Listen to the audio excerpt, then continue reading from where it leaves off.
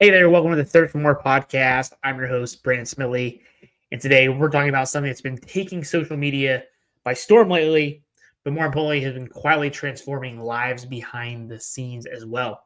So today we're diving into 75 hard, and before you roll your eyes or thinking that just another fitness trend or challenge, let me stop you right there. What we're really talking about today is the science of mental toughness, psychology of habit formation, and why sometimes the most profound transformations come from doing simple things consistently, even when you don't feel like it. We've all been there trying to have to do things that we don't want to do. Me personally, one of my big things is brushing my teeth. I'll be honest with you, I hate doing it. I do it because I know the benefits of doing it, and it's a habit. And I know that there's positive benefits, but just the ultimate task of doing it every day really irks me. So let me know in the comment section below if you're listening on YouTube what's something that immediately you do every day because you know you should, but you really don't like to do it. If you haven't listened on Apple iTunes or Spotify, thanks for listening to me there. You can also check me out on YouTube as well, where you can also interact with me. So kind of carry on here though. I kind of want to start with a question that might actually make you uncomfortable. So think back, when was the last time you followed through on something difficult for more than just a week? Not something you enjoyed, not something that you felt good, but something you generally challenged you, excuse me, and that you committed to seeing it through the end. If you're like most people, you might be searching your memory right now, thinking that's not a judgment, right? Not trying to judge you. It's just simply reality of how our brains are actually wired.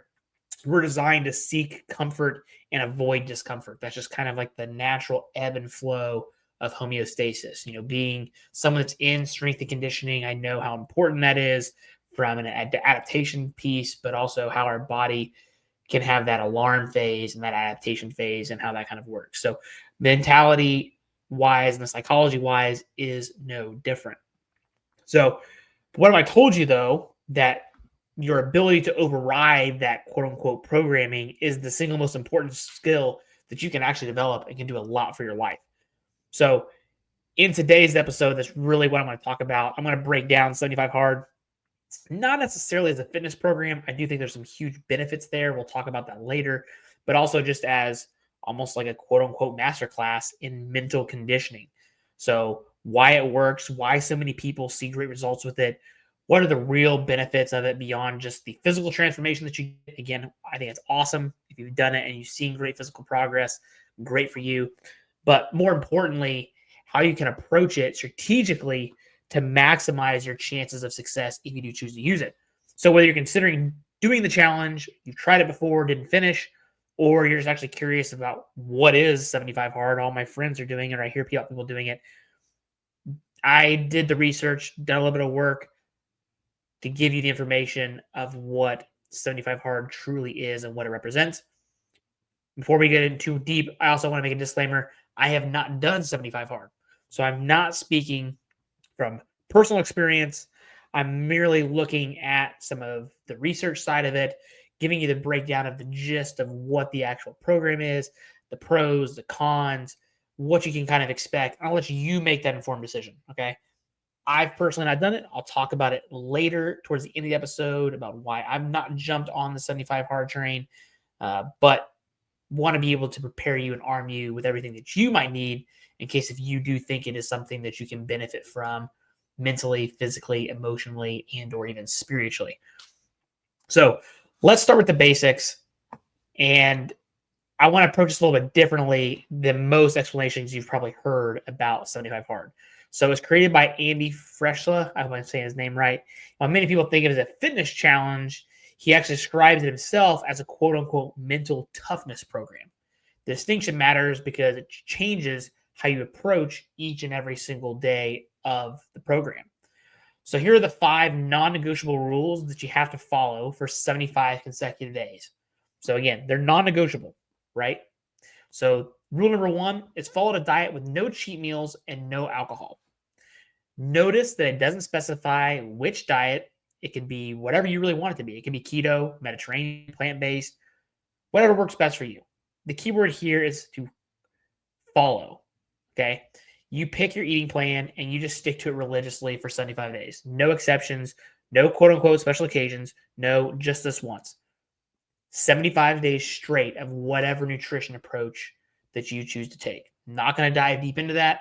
I've done enough talking about nutrition just in general on my channel, just quality habits.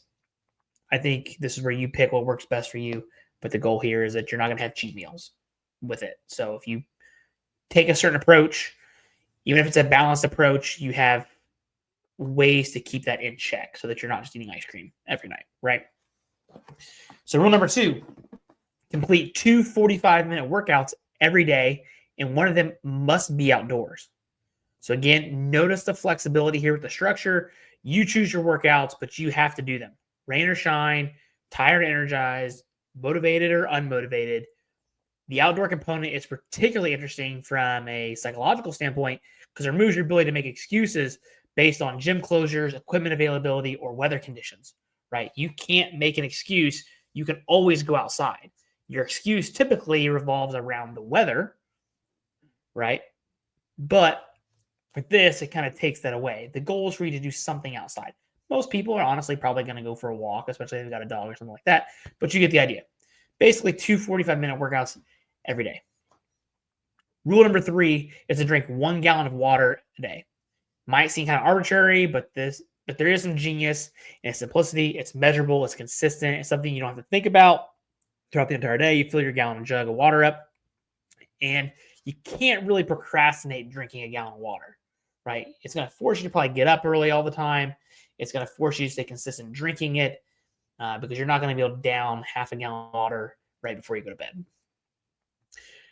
Rule number 4, read 10 pages of a nonfiction personal development book. So this is not audiobooks, not fiction. You're not reading magazines, physical or digital pages that require focus and engagement. So this rule is designed to force you to invest in your mental growth. Rule number 5 is to take daily progress photo. This creates accountability and documentation. But more importantly, it requires you to confront your reflection every single day when you have to take that picture. So here's a crucial part that separates 75 Hard from every other challenge. If you miss any component of any rule on any day, you start back over to day 1. So not 2 days in, not 3 days in, not I'll make it up tomorrow or I'll add it on at the end. The goal is if you fumble, you go back to the beginning. Do not pass go. Do not collect $200, right? You go back to the beginning. So let's dive a little bit deeper here about why the specific rules were chosen, because understanding the psychology behind them is what will help you succeed if you decide to take on 75 Hard. So each rule serves multiple psychological functions. First, they're binary. You either did it or you didn't do it. I'll be honest, that's something I really like. Very simple, yes, no. No maybes, unknowns, right? You did it or you didn't do it. There's no partial credit. There's no, that was good enough for today. There's no gray areas involved in this program challenge. Eliminates the mental gymnastics that we usually use to justify our shortcuts or our excuses or the issues that we have. We try to play these games with ourselves where we can try to justify, well, if I do this or if I did that, or if this wouldn't happen, that kind of all goes to the wayside with this program. Secondly, they pretty much span your entire day. So you can't knock out all 5 of them in just like 1 hour and be like, oh, I did it for today. I can kind of chill out the rest of the day. From the minute you wake up until you go to bed, you're actively engaged in this commitment. From the water, to the nutrition, to taking that progress photo, to reading, right? To doing something physically active, both indoors and outdoors. They don't have to be indoors. They can both be outdoors technically, but you're thinking about when you're going to get your training in or your physical activity in. Third, they're interdependent. So you miss one and you start everything over, right? There's not a makeup day or I can make up this workout. I'll just do one 90-minute workout versus 2 45-minute workouts. That's not the way the program works. So this creates what psychologists call behavioral coupling. So each action reinforces your commitment to the others. They're basically intertwined. And finally, this is perhaps the most important piece, is that none of these rules are particularly difficult on their own. Reading 10 pages, not that difficult. Drinking water throughout the day, also not that difficult. So the challenge isn't necessarily in the complexity of the tasks, it's the relentlessness of doing them every single day, regardless of what happens in your daily circumstances. That's pretty key. This is where most people really misunderstand the program. They think it's about physical transformation. They're thinking about health benefits. And while many people obviously do experience some pretty great physical changes, that's actually a byproduct. That's not the goal of the program. The real transformation is to be up here, psychologically, in your head. So let's talk about the psychology behind 75 Hard and why it works. And this is kind of, to me, where it really gets interesting, the psychology piece. Even though I'm not a psychologist and I've never been big into the psychology piece, sports psychology to me is somewhat interesting. And this takes some principles from that. And we'll kind of talk about those as well. But the program leverages several key physiological principles that most people don't understand about habit formation and mental conditioning. So the first one's going to be the principle of non-negotiable commitment. So first, there's the power of the non-negotiable commitment. So most of the time when we set goals or try to build habits, we leave ourselves escape routes, ways to get out, ways to justify what we did. I'll work out 5 times a week. It merely creates a negotiation in your mind about which days you'll skip, right? I'm not going to work out on Saturdays and Sundays. I'm going to work out Monday through Friday. Or I'll eat healthy most of the time. It's very vague. It gives you permission to define what most, quote unquote, actually means. When you're actually standing in line at Chipotle, or you're at the fridge and you're trying to make a decision. Do I grab the Greek yogurt or do I grab the leftover brownies? Real life, been there with my wife's brownies and the Greek yogurt that's in the fridge. And she still has ridiculed me for one night choosing the Greek yogurt as the dessert over the brownie. Not joking. Real life story. So 75 Hard is designed to eliminate these escape routes entirely because there's no flexibility. There's no quote unquote good enough. There's no partial completion. Might seem harsh, but it's actually liberating because there's only one option. You got to do the damn task. Stop wasting the mental energy on the decision of whether or not to do it. You're just going to do it because you're committing yourself to this challenge. So the compound effects of small wins is number 2. And the program creates what psychologists call efficacy building. Each day you complete all 5 tasks, you're proving to yourself that you can keep those commitments even when you don't feel like it. This isn't just like quote unquote feel good psychology. It's measurable change that your brain's neural pathways. So every time you choose the discipline over the impulse, you're literally rewiring your brain. The prefrontal cortex responsible for executive decision making gets stronger with use, just like a muscle, okay? Meanwhile, the limbic system's impulses control patterns begin to shift as well. So this is all mental aspect of doing the change and doing the right decisions or completing the tasks. So there's also the all or nothing reset piece. So the restart rule is perhaps the most psychologically sophisticated aspect of the program because you know that missing one component means starting completely back over day one. And it changes your relationship with each individual task, So suddenly, 10 pages of reading isn't just about reading. It's about preserving 30, 45, or even 60 days of the progress that you've put in. Imagine being 2 months in. You're not going to want to quit. You're like, man, I'm not going to want to redo this. It's tough. So I'm making some growth. Why am I going to try to completely start over, right? You've built so much positive momentum. You want to keep that momentum. This creates what behavioral economists call loss aversion. The pain of losing your progress becomes more powerful than the temporary discomfort of completing the task. It's the same principle that makes people more motivated to avoid losing $100 than they are to gain $100. So think about that. There's delayed gratification training as well. So each rule requires you to delay immediate gratification for long-term benefit. You can't have the drink you want. You can't skip the workout. You don't feel like doing. You can't choose entertainment over reading. For 75 straight days, you're training the same mental quote-unquote muscle that predicts success in every area of life. So the Stanford marshmallow experiments famously showed that children who could delay gratification performed better academically, had lower rates of addiction, and were generally more successful as adults. 75 Hard is essentially 75 days of advanced marshmallow training. Very interesting. The environmental design and forcing of functions is another piece that's interesting. So the outdoor workout requirement is particularly clever from a behavioral design perspective. It's designed to remove your ability to use common excuses like the gym's closed, the equipment's broken, the gym's too crowded. You can do push-ups in a parking lot. You can run around your neighborhood or go for a walk. You can do yoga outside in the park, underneath a tree, in your backyard. The environment becomes irrelevant to your commitment.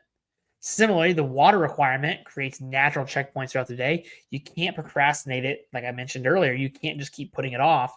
You've got to drink it throughout the day. Otherwise, you're not going to be able to finish it. So it serves as a constant reminder to your commitment of the program. Think of the water as taking sips, chipping away at that throughout the day. Every day is that sip of water that you're taking throughout the day. Hopefully you can see this big picture blowing up here. Also is going to build identity formation through action. So 75 Hard facilitates what psychologists call identity-based habit change. So instead of trying to motivate yourself by focusing on outcomes like I want to lose weight, which is very common with something like this program, you begin to see yourself as the type of person who keeps commitments regardless of the circumstances.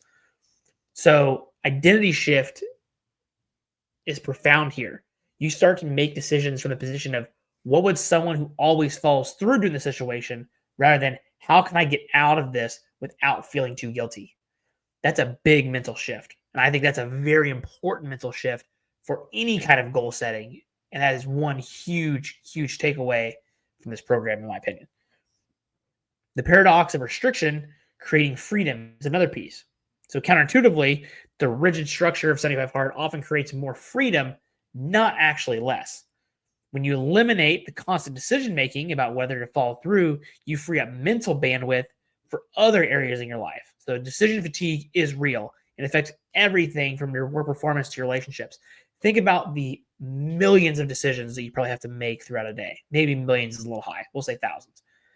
All the decisions you have to make, from what you're wearing to not even what you're wearing, the order you put on what you're wearing, when you choose to go to the restroom, when you choose to leave for work, whether you get your lunch ready for the day or not, right? What you're actually going to have for dinner, what you're going to have for lunch, when you're going to work out, what you're going to work out, what your workout entails, the weight choosing selection, right? All those little things. I'm just naming stuff that I thought about just in my day for this day of recording, right? We have all those where by making certain decisions, you're going to actually increase your capacity for creative and strategic thinking in other areas, which can be huge if you happen to work in a place where you have to have mental creativity. Me doing this podcast creates mental creativity and thinking about what kind of episodes I want to make and what do I want to talk about and who do I want to educate, who do I want to try to help, and what's my long-term goal, right? All those things are important to me. And if I can free up stuff, that non-decision making for me, training is a good one. That's kind of like a non-negotiable for me. Pretty much train 5 to 6 days a week in some capacity from strength training or conditioning. That's a non-negotiable for me. So I don't have to think about, am I working out today? The question is, how's my workout going to be today, right? Big change there. Also, by the way, Diet Cherry Cola, Dr. K, Big K, zero sugar is where it's at. What I'm drinking today. So let's talk about some of the benefits and challenges here. So what can you realistically expect if you complete 75 Hard? Because understanding both the benefits and the challenges will help you make an informed decision about whether this program is actually right for you or something that you can benefit from. I do think everybody can benefit from this, from doing my research. There's certainly pieces that I'm going to take out of this to try to improve my life. But we're going to talk about the whole program as a whole. So first, let's talk about the physical benefits. And obviously, many people experience significant physical transformation when you're working out twice a day in some capacity, following a structured nutrition plan. Again, whatever you choose that to be, you're following something that's structured. You're staying properly hydrated for all those 75 days. Physical change is going to be inevitable. Like we talked about no alcohol being in there, right? No substance abuse. People often report weight loss, increased muscle definition, improved skin, improved energy levels, better sleep quality, all amazing things. As a health professional, That's things that I love to hear.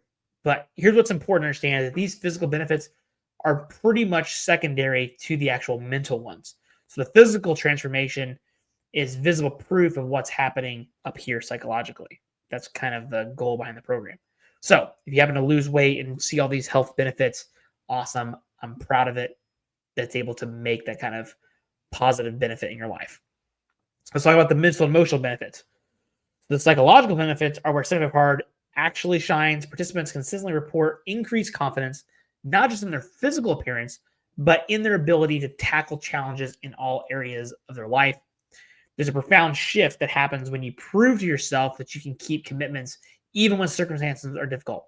The confidence transfers to your career, your relationships, your financial habits, and every other area where following through actually matters.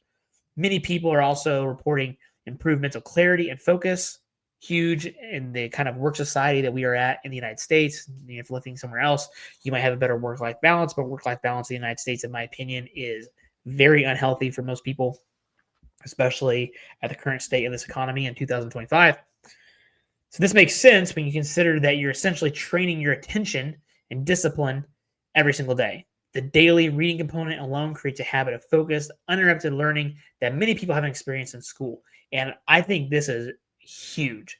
And maybe it's just my line of work and strength and conditioning and personal training that those that genuinely love what we do, we love to learn more. And we find the continuing education side very intriguing in our field. Now, unfortunately, most of the continuing education is done through social media and online. I'm kind of against that. I understand it. I obviously, ironically, am trying to educate you through a podcast or through YouTube, however you happen to be enjoying this content. But that's to be able to widen who we can reach. It's not really designed to replace the actual education side. Ideally, we still go meet with actual real people and have real conversations and do real networking. That's where I think my field really does shine. It's kind of promoted. It's kind of considered really good and beneficial. And I do like that. And I think this portion of getting other people that are not in those kind of fields to do something that's actually educational in their life, continuing to learn, is great for not only long-term health, mental acuity, mental focus, mental clarity. Just so many great mental benefits to doing something to learn every single day. Yeah, most people are probably using podcasts or whatever, but actually picking up a physical book is a huge benefit. So let's talk about some relationship and social benefits. So interestingly, many participants notice improvements in their relationships, and it isn't necessarily because they look better physically, but because they're showing up more reliable, disciplined versions of themselves. When you know you can count on yourself, others learn they can count on you too. However, there can also be social challenges. So the no alcohol rule in particular creates a lot of social friction, especially if your social life revolves around drinking. Some people find that friends or family members aren't supportive of their commitment, which can be difficult but valuable learning experience about the people in their lives. So I'm not going to go too deep into the alcohol aspect as I sit here in my office where I've got my lovely liquor cabinet here with like 40 different bottles of bourbon as somebody that enjoys my bourbon. But I'll be honest with you, I've not had a sip of this bourbon that's in front of me for probably 2 or 3 months. I did have a drink last weekend at the Purdue football game. I almost always have a couple drinks at the game that I go to. But you can see how the social aspect there is a big piece of that decision, right? I'm doing something that I physically enjoy with my wife, and that's my entertainment. And I've have this relationship of drinking bourbon, sometimes whiskey, depending upon what I choose to go with, at that event. And that's been a routine now for going on 5 years, right? So it's kind of one of those things as routine, but doesn't mean I can't use 75 Hard to replace that and be better. But I think the social challenge part is where it becomes very challenging for many people, especially if you're around those people. So it makes you think about all the people that you're around and how much alcohol is driving your social settings if you happen to be one of those people. Again, I'm somebody that does love my bourbon, but I do also acknowledge the facts that it's literal poison for your body. So again, I'm not clearly drinking a glass of bourbon every night. I use them for special occasions, or I try things that I like, or use it as conversation piece when people come over to see if they want to drink, if they like bourbon, maybe I have something that they've not had, and we can enjoy that bottle. So let's talk about the time management challenge. So let's kind of be honest about the time commitment with this program. So 2 45-minute workouts plus the travel time to any outdoor locations or the gym, plus meal prep for the structured eating side, because you are going to have to prep some food if you are doing something structured, more than likely. Reading time, plus the water intake, which to me doesn't take any time, but still got to be cognizant of it. And then clearly the increased bathroom breaks. If you're increasing your water intake and you were really low, you're probably going to pee a lot for the first week or so until you get adjusted to this. There's some pretty significant time investment here. So some people will probably need to completely restructure their schedules from ground up. And this can be challenging, but it's also educational. So you quickly learn what you were spending time on that wasn't actually serving your goals. And I even hate to say spending time, which you were probably actually wasting time on. Social media being probably a big one if you'll look at that information on your phone and your screen time. There's also the social pressure challenges piece of it. So you're going to definitely face pressure during this program to make exceptions. Think about all the things that happen in a normal year: birthday parties, work events, family gatherings, celebrations of some kind, college football for me this time of year. So that part of life doesn't pause for your 75 hard. It's actually part of the program's value is that you learn how to navigate those social situations while maintaining your commitments to yourself. Not, again, it talks about being pretty flexible. You can go to that stuff. You may have to take some food with you. Better take your water with you, right? Better not drink any alcohol. You're not going to probably have any sweets, right? If you do choose to eat there, you might be eating the protein and vegetables only, and that's it. So I would still go in with a plan if it was me, but you can still see how it can be flexible and beneficial. So you might think that it technically makes you antisocial, but they usually are going to find they become better at planning and suggesting alternative activities that align with their goals. So again, I'm not going to tell you to not go to the birthday party because of your 75 hard. I'm going to tell you to plan better and still go to the party. Or somebody like, hey, we're going to go out and drink tonight. And that's a place where you suggest, hey, let's go bowling or, something like that. Throw in the axis, but you're not going to drink. That way they can drink, but you can still do something physically active, still be involved, still be in the social setting, still interact, and still have a really good time. They can do what they want to do, and you can do what you want to do. It's more of a compromise. There's also the mental fatigue challenge aspect. So typically it's seen around that 20, 30 days that many people would hit what called the quote unquote mental fatigue. The novelty, the driven factor of getting on this program and getting started, the shiny new object thing is gone. It's worn off. The motivation has faded, and you're nowhere near being at the end. You're not even halfway.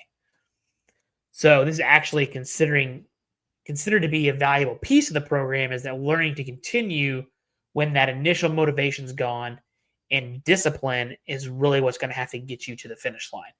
So it teaches you the difference between motivation and commitment, where motivation is more of a feeling, right? You've got the umph, and you're deep down, you're excited to do something, where feelings start to actually change here, where commitment is a decision that you've made, and decisions that can remain constant regardless of how you feel. Again, going back to that, it's black and white.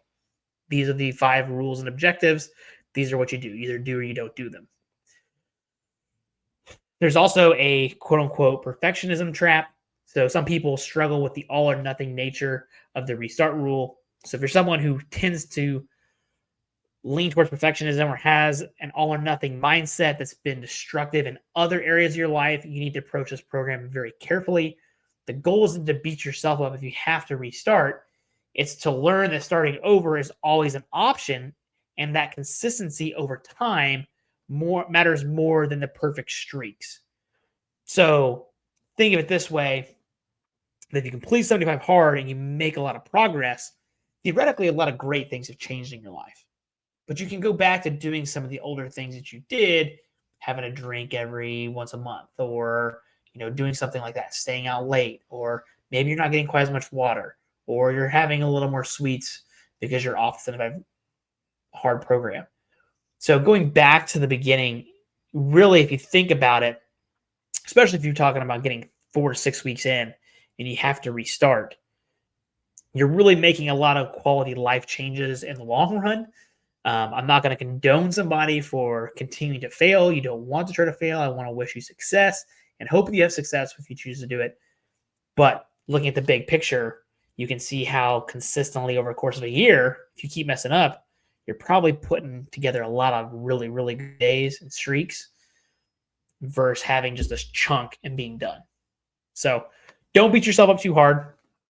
Perfectionism can come back to bite you in a negative way, but something worth considering. And then there's going to be one challenge that doesn't get discussed enough is what happens after day 75. How do you integrate this in the rest of your life?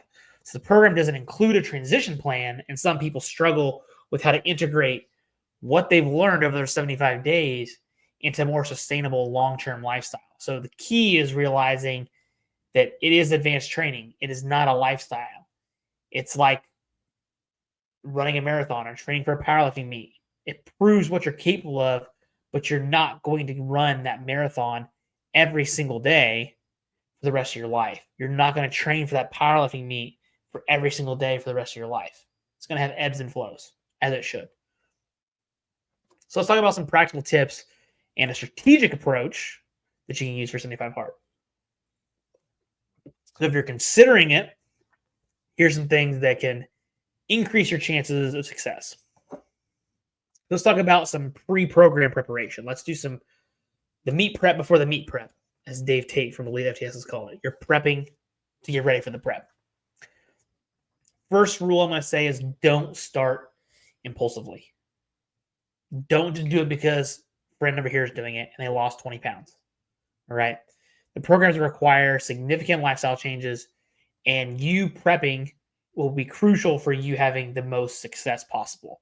So spending at least a week observing what you're doing with your own current habits and identifying the biggest challenges you'll face. Just step back from what you're doing and being like, okay, these are the 5 rules.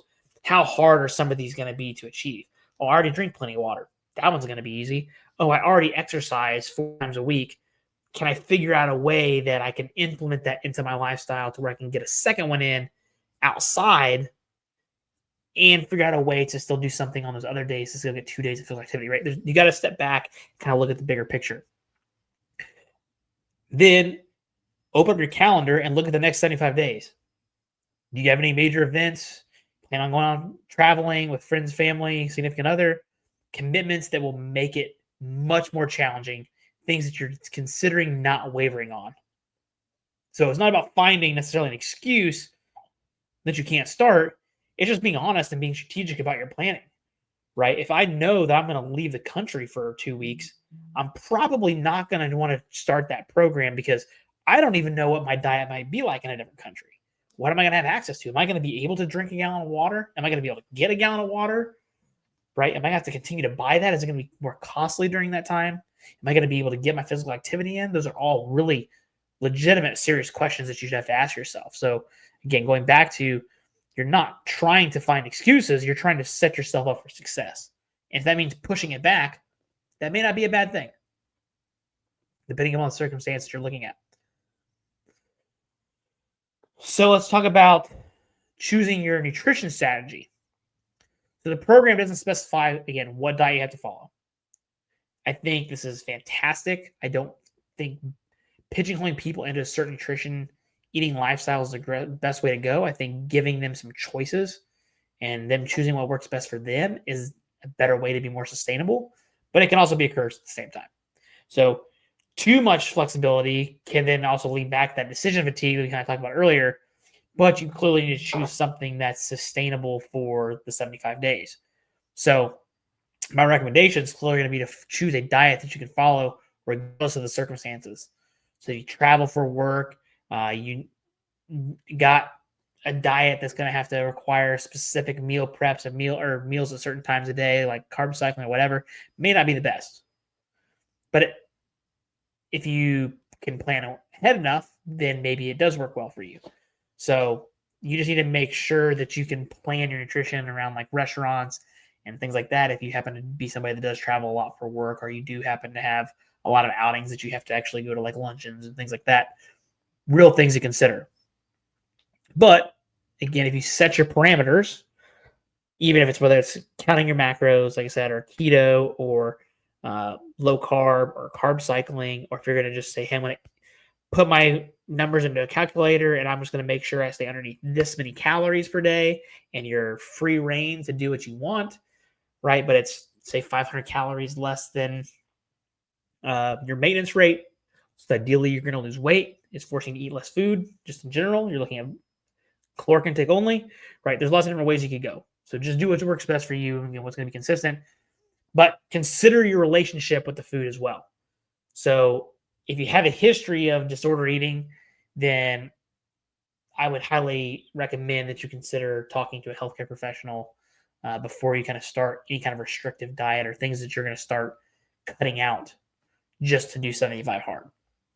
Find and or talk to somebody that can help you set up a very sustainable nutrition plan while you're doing this. So that, again, you can set yourself up for success. So what about the planning? So you can't forget, you've got to get 2 45-minute workouts in every single day, and one of those has to be outside. And so the logistics here can get a little bit crazy. So my suggestion would be to plan your outside workouts first, since weather and daylight can always be factors and they can always be changing. So having backup plans for extreme weather, can you figure out ways to do body weight things underneath like a covered pavilion in a park, right? Or even just a covered awning at like a school, right? There might be some ways to do that. Is there an outside track that you're able to get to pretty consistently? You know it's going to be unlocked or unchained or open that you can use.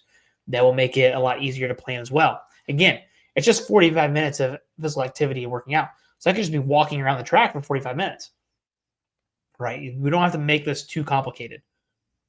For your normal inside training, just assume that you'll use a gym majority of the time. So if you're a normal 3-day-a-week strength training person, do your normal 3 days a week, and then just add in some accessory stuff or mobility work or fluff. Or again, you can use a treadmill, different piece of cardiovascular work, use some conditioning circuits, right?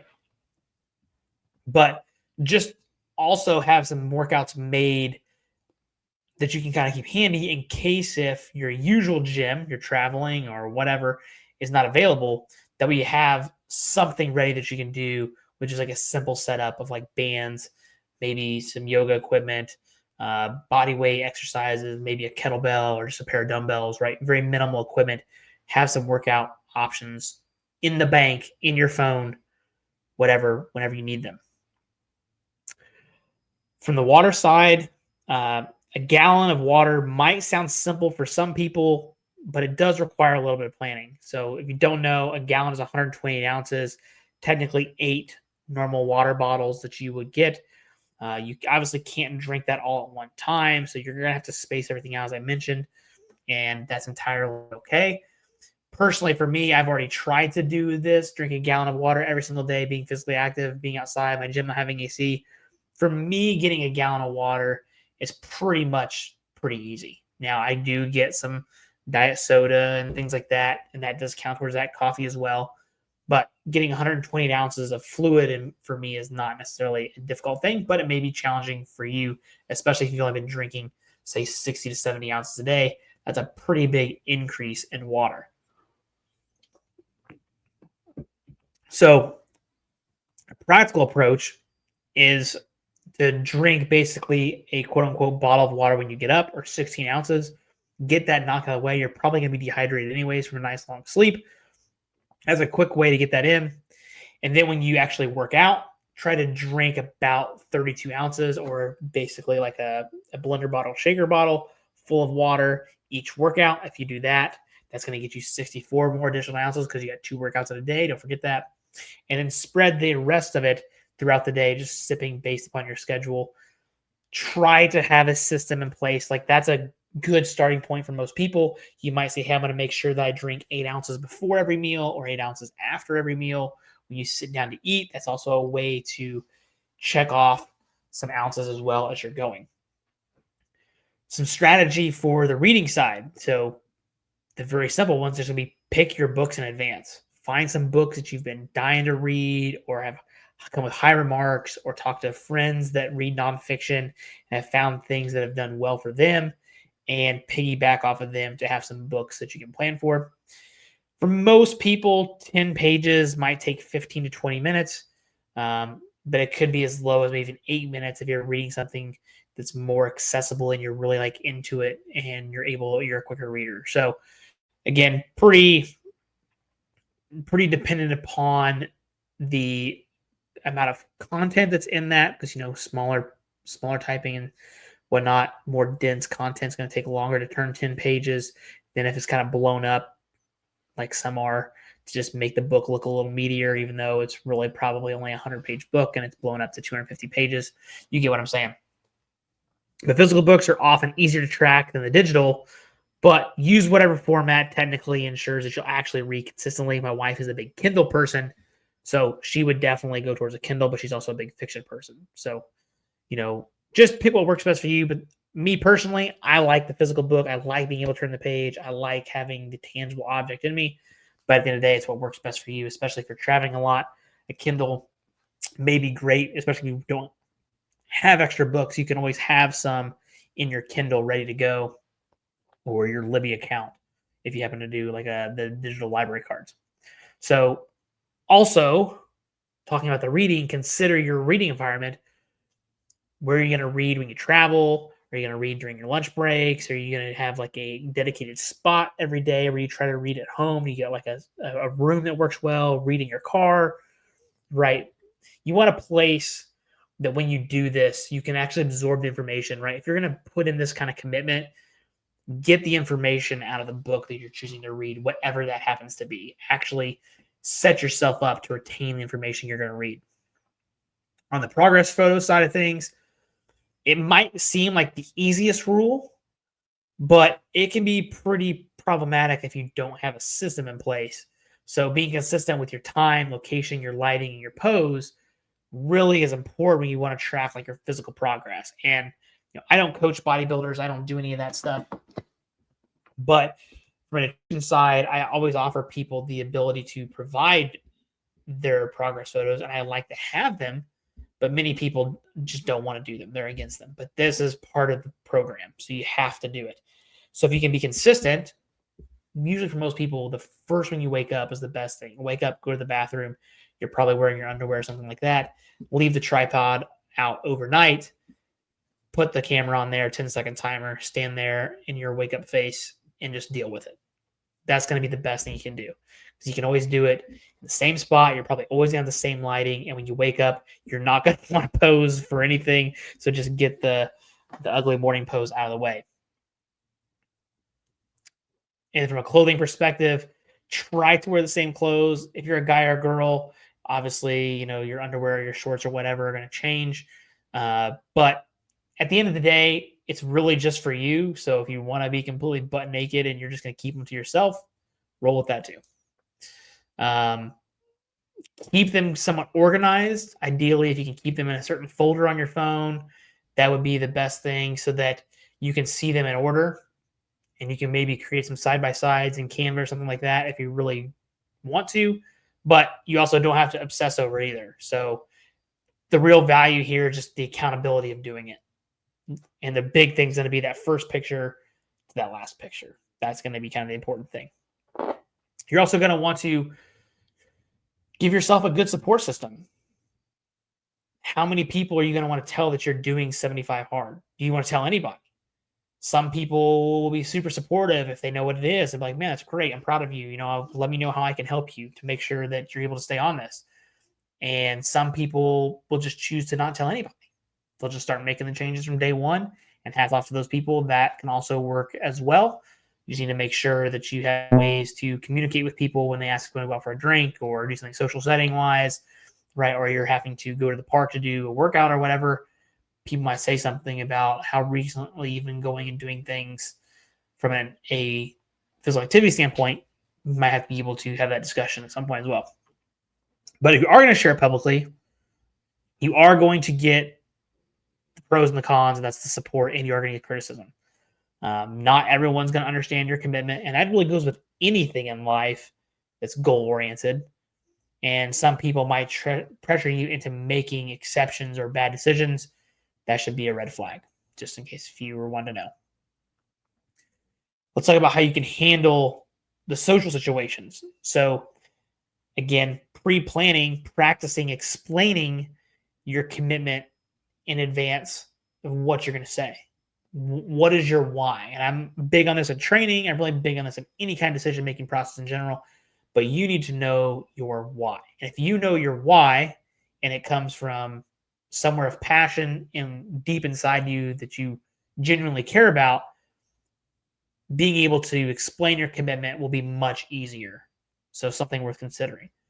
So going back to the alcohol, someone offers you an alcoholic drink or they pressure you to skip a workout, you need to figure out how you're going to respond and navigate that, or at least have some ideas of the routes that you're going to take and how you're going to say, this is what's best for me at this time because, and here's why you made that decision. So you can have some standard phrases ready to reduce the mental energy. But I think, again, for this piece, if you have your why, that will be your mental and moral compass. An example that I came up with that you can use if you want to is that I'm in the middle of a 75-day challenge. So I'm not drinking right now, but I'd love to have blah, blah, blah, blah, blah. Whatever drink will fit your nutrition plan that does not have alcohol, clearly. That could be, a diet K soda or a diet soda of any kind, right? Or sparkling water, or maybe a juice, right? Something that you can be in the occasion with, but you're not going to have alcohol. Or if somebody asks you to do something and you're trying to get that last workout in for the day.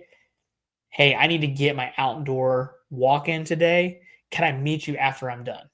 Or, hey, I'm going for a walk to meet my outdoor physical activity for the day. Would you like to join?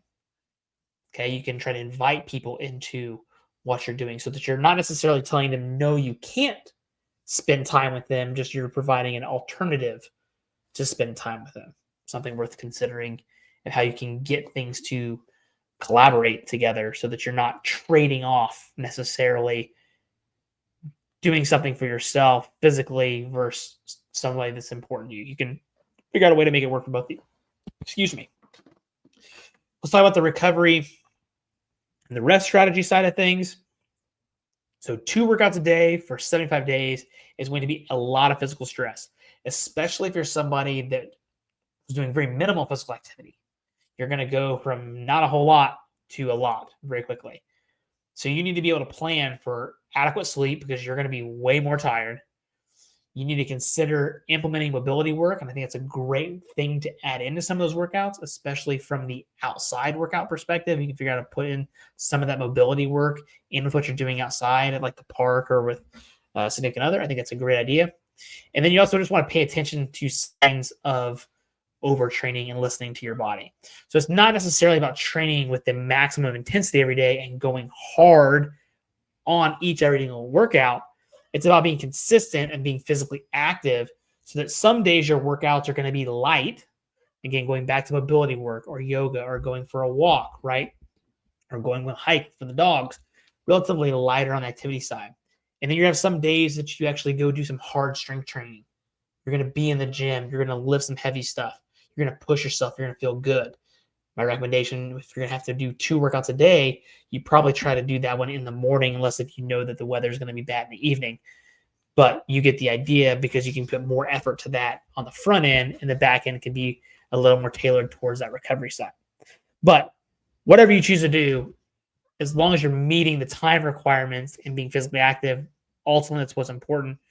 having some kind of structure will just set you up for more success in terms of the long-term commitment of the 75 days.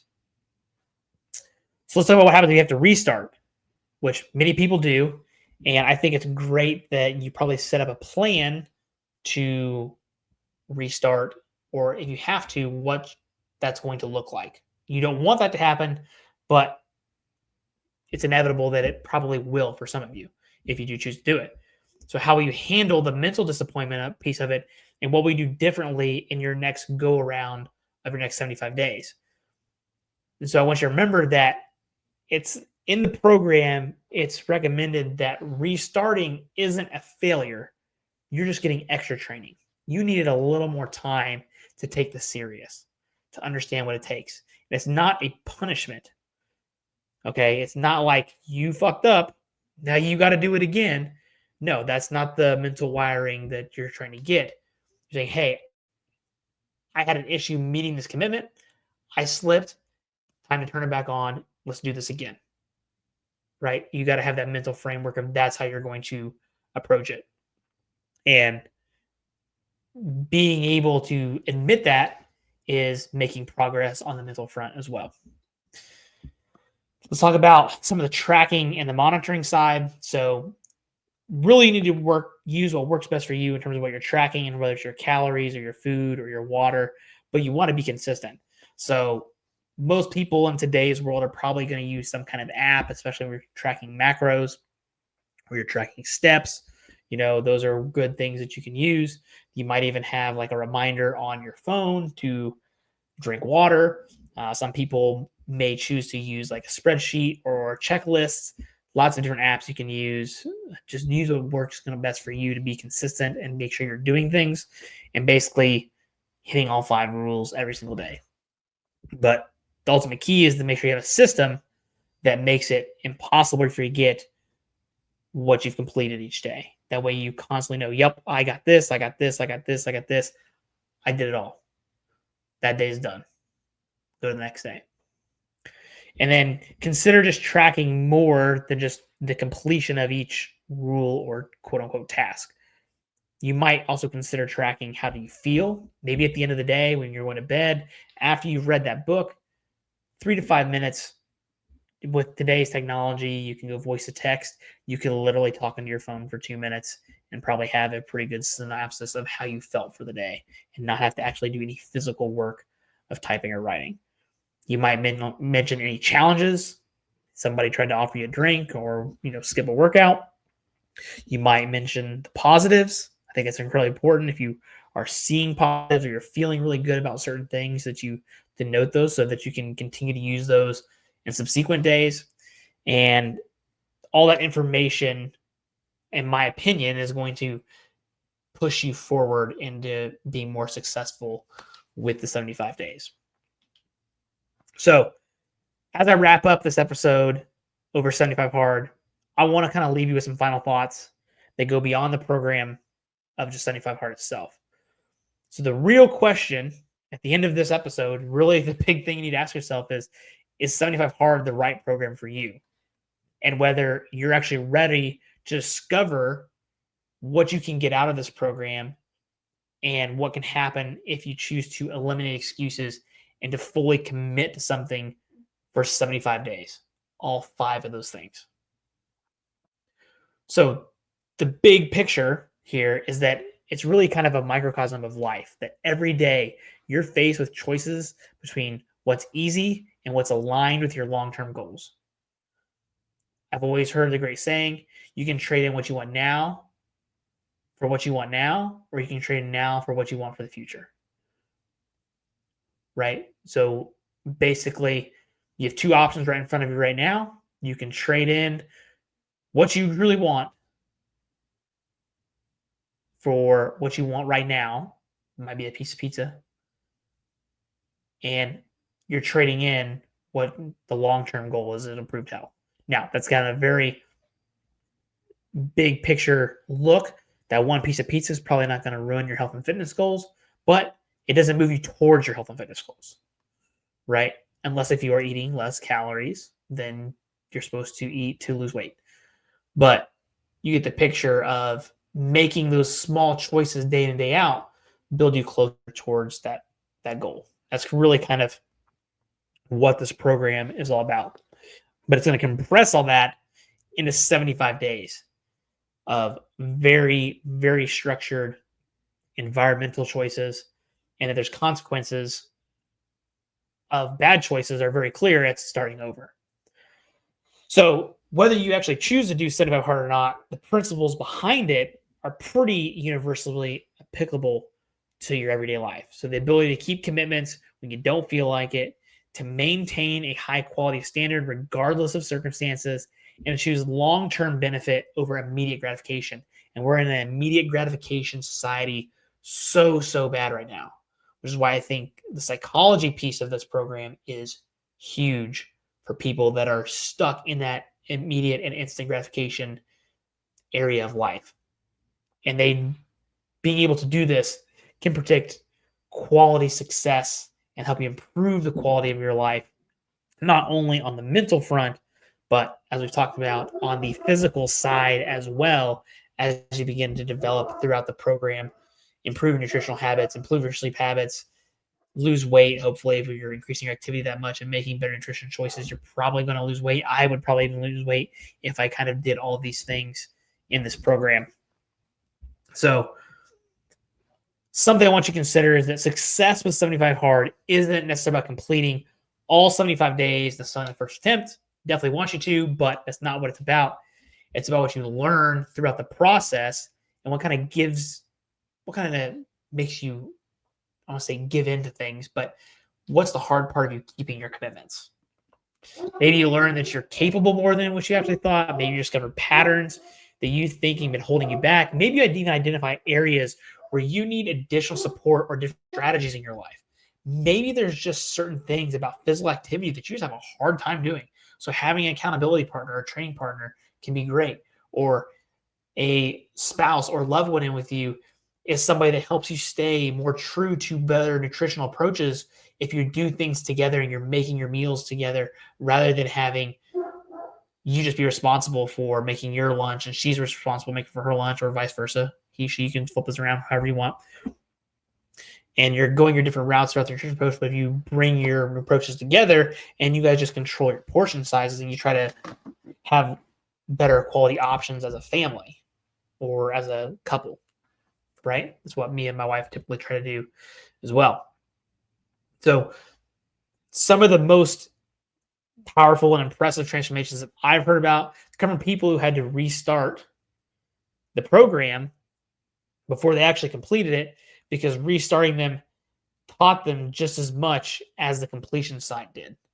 So I want to make sure that's clear that I want to wish you success if you've not done it to get it done in the first try. But the truth is you probably are going to have a hurdle somewhere. Majority of you, I would say, I don't have the statistics in front of me. I would be interested to know what they are. There's probably not a study or anything done on that, but I'd be willing to bet that half the people fail on the first try. So if you decide to take 75 hard on, remember that it's not a lifestyle. Okay. This is advanced mental training more so than anything else. The value comes into how you integrate it into your daily life after the 75-day challenge is over. You might not continue working out twice daily, and I would probably, as a professional, not recommend that you do, but you might maintain the habit of non-negotiable daily movement, and I think that's huge. Getting the 10,000 steps. This program builds you into strength training 3 days a week and getting 10,000 steps every single day, and those 75 hard got you to that habit.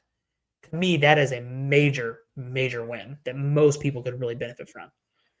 You might not stick to the nutrition plan that you came up with indefinitely, but you might keep the habit of prepping your meals, having so many fruits and vegetables throughout the day, increasing your fiber intake, increasing your protein intake.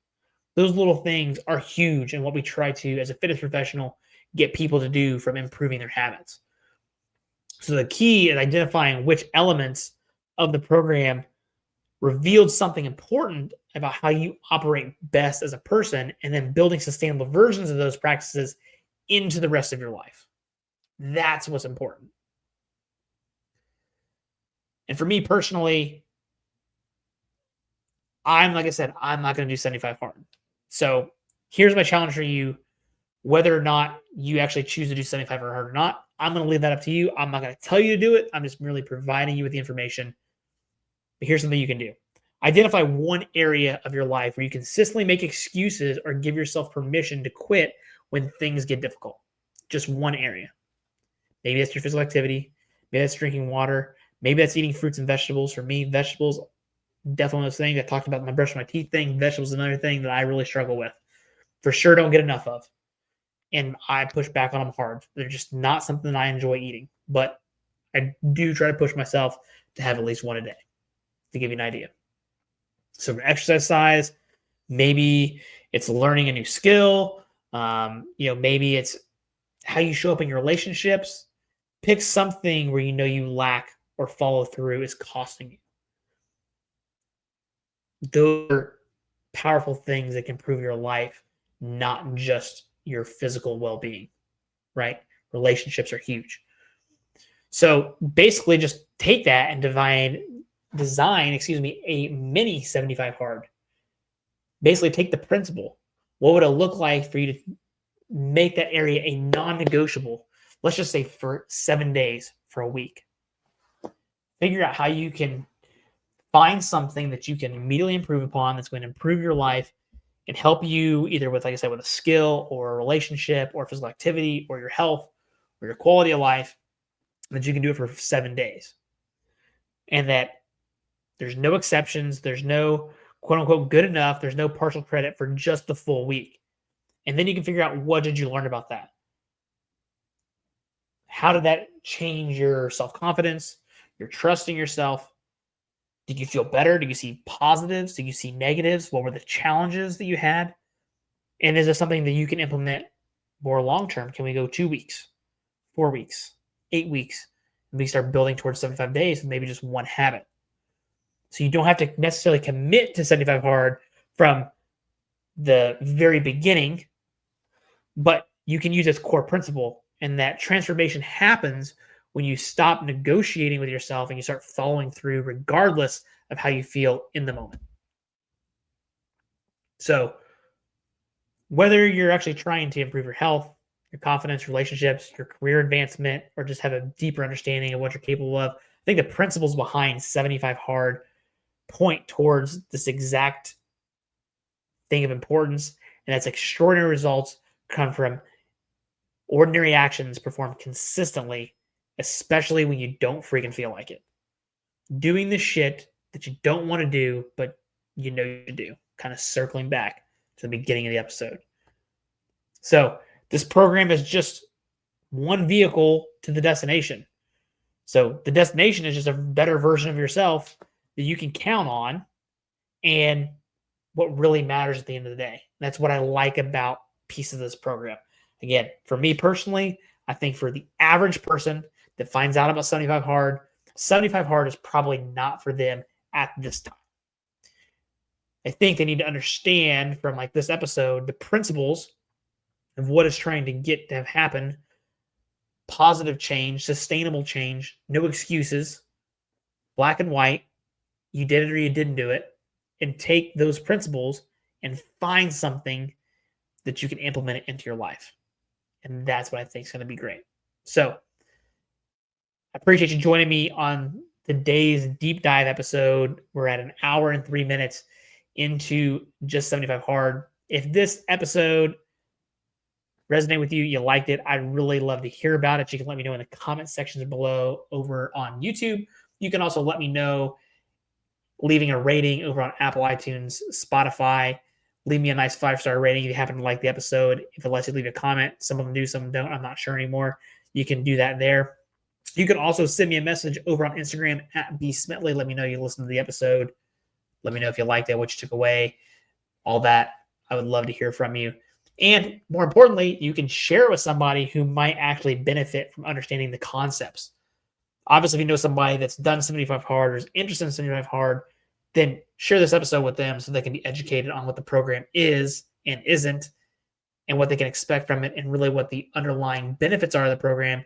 And maybe they can make a decision of whether it's for them or not, or that they can take a principle away from the program and apply it to their lifestyle to be able to make more progress. So my quick disclaimer as well, before I let you go here, is that for me personally, again, I would not do 75 hard, but I think the key here, again, is finding those habits that you can implement into your daily lifestyle. And what many people don't want to understand is that they're looking at this as a physical transformation, not a mental transformation, where many of health and fitness decisions are made at the mental level. And that's what I really want you to kind of understand for today's episode. And what I dove into here is that making the choice to eat your vegetables, eat fruits, not eat the fast food, drink enough water, get enough sleep, actually do physical activity, put effort into that physical activity, not just go walk on the treadmill, which there's nothing wrong with that. Start somewhere, but the more effort that you put, the more you'll get in return. Making smart health decisions when it comes to alcohol, drugs, addictive behaviors, focusing on quality communication with significant other, friends, family members, decrease stress. A lot of those things happen by making choices. And those choices can sometimes be very hard. And that's where I think a program like this shines. If you can understand and give yourself the opportunity to look at something of it's either yes or no, black or white, 0 or 1. Make the right decision 80% of the time that it comes time to make the right decision, if not more, the better. You're going to be in a better spot rather than choosing the Arby's over the salad, right? Or choosing to drink water over having the energy drink. Nothing not I'm against energy drinks, but they're over a drink. So you get my point, is that making those right decisions and giving yourself just a black and white framework to operate from will let you make better decisions in the long run. So I really appreciate you being here for today's episode. Again, like I said, hit that like button if you're watching on YouTube. Subscribe. It's completely free and really appreciate it. If you're not subscribed, you can catch more episodes like this, and I'll see you at the next episode.